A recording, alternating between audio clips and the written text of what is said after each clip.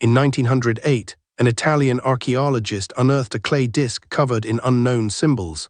A century later, no one has solved it. July 1908, the island of Crete. An Italian excavation team led by Luigi Pernier was digging through the ruins of an ancient Minoan palace at Phaistos. They were searching for pottery, tablets, any trace of a civilization that had flourished and vanished 500 years before.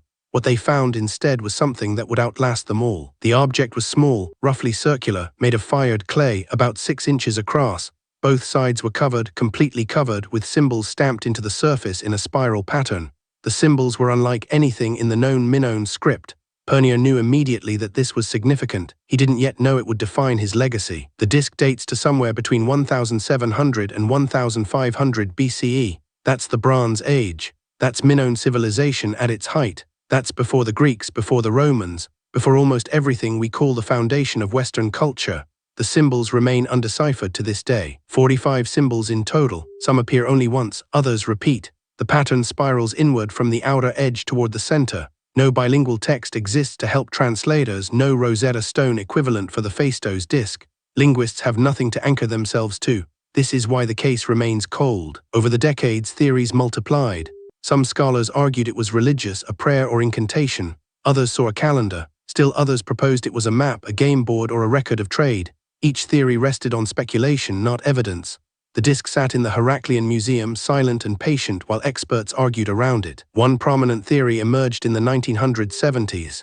Archaeologist Hans-Gustav Buchholz proposed the disc was a star map. He claimed the symbols represented constellations visible from Crete in the 2nd millennium BCE. His work was rigorous. His argument was compelling. It convinced many scholars, but it could not be proven. Then came the cryptographers, computer scientists, pattern recognition specialists. In 2008, exactly a century after Pernier's discovery, a researcher named Gareth Owens claimed he decoded portions of the text. He said it contained references to religious or sacred concepts. His work generated headlines. It also generated skepticism. No consensus emerged. The problem persists. Without knowing what language the disc records, without a second source in the same script, decryption is nearly impossible. You cannot decode something if you don't know its grammar, its syntax, or even its direction of reading. The Phaistos Disc remains what it was in 1908, a question mark in clay. Some scholars questioned whether it was even authentic.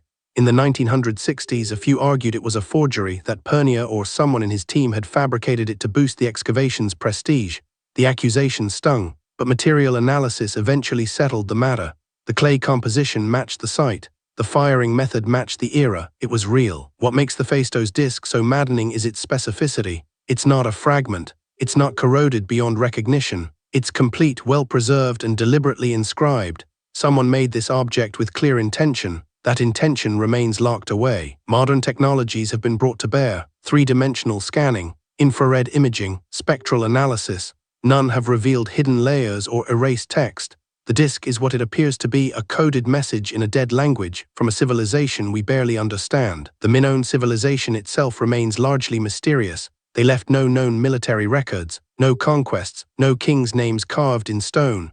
The Phaistos Disc may be one of the few deliberate written statements they left behind. If we could read it, we might understand them. We might not. The silence could be all we deserve. Hundreds of proposed solutions exist in academic journals and amateur forums.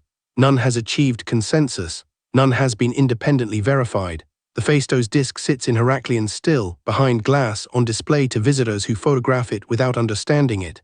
It is perhaps the most famous undeciphered artifact in the world. The disc reminds us of something archaeology rarely admits: we may never know. Not every mystery resolves. Not every question has an answer waiting to be discovered. Some knowledge may be permanently lost, separated from us not by distance but by time itself. That doesn't stop people from trying. Linguists still propose new theories. Cryptographers still run algorithms.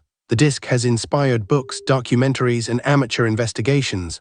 It has become a symbol of human curiosity, our refusal to accept that something cannot be understood. Luigi Pernier died in 1937. He never solved the disc. He knew he wouldn't. In his final years, he wrote that the object was a riddle that will perhaps never be read. He was probably right, but that hasn't stopped the search. The Phaistos Disc endures as a test of human limits. Not the limits of our knowledge, but the limits of our certainty. It shows us that some doors remain closed, that some questions may be asked forever without answer, and that the asking itself, the refusal to let the mystery die, might be the only thing that matters. Subscribe. Each week brings a new unsolved case that refuses to stay buried.